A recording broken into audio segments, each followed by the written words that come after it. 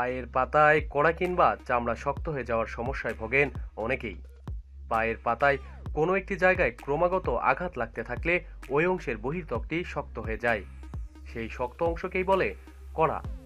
চামড়ার অভ্যন্তরীণ কোমলতার অংশে চাপ দিয়ে তখন সেই কড়া ব্যথার কারণ হয়ে দাঁড়ায়।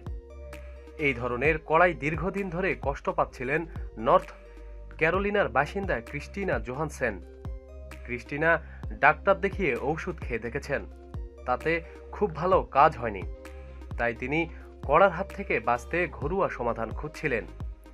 এ নিয়ে গবেষণা করতে করতে তিনি পেয়েও গেলেন কড়ার অব্যর্থ ঔষধ। এক রাতে পাউরুটির একটি টুকরো ভেনিগারে ভিজিয়ে তিনি নিউকোরোপ্লাস্ট দিয়ে জড়িয়ে দিলেন পায়ের পাতার কড়া আক্রান্ত অংশটিতে। তারপর ঘুমিয়ে পড়লেন স্বাভাবিকভাবেই।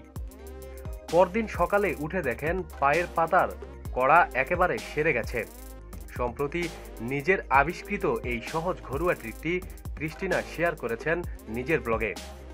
আটলান্টা ইউনিভার্সিটির হেলথ ডিপার্টমেন্টের বিশেষজ্ঞরা ক্রিস্টিনার ব্লগটি পড়ে বলেছেন কৌশলটি বেশ ভালো।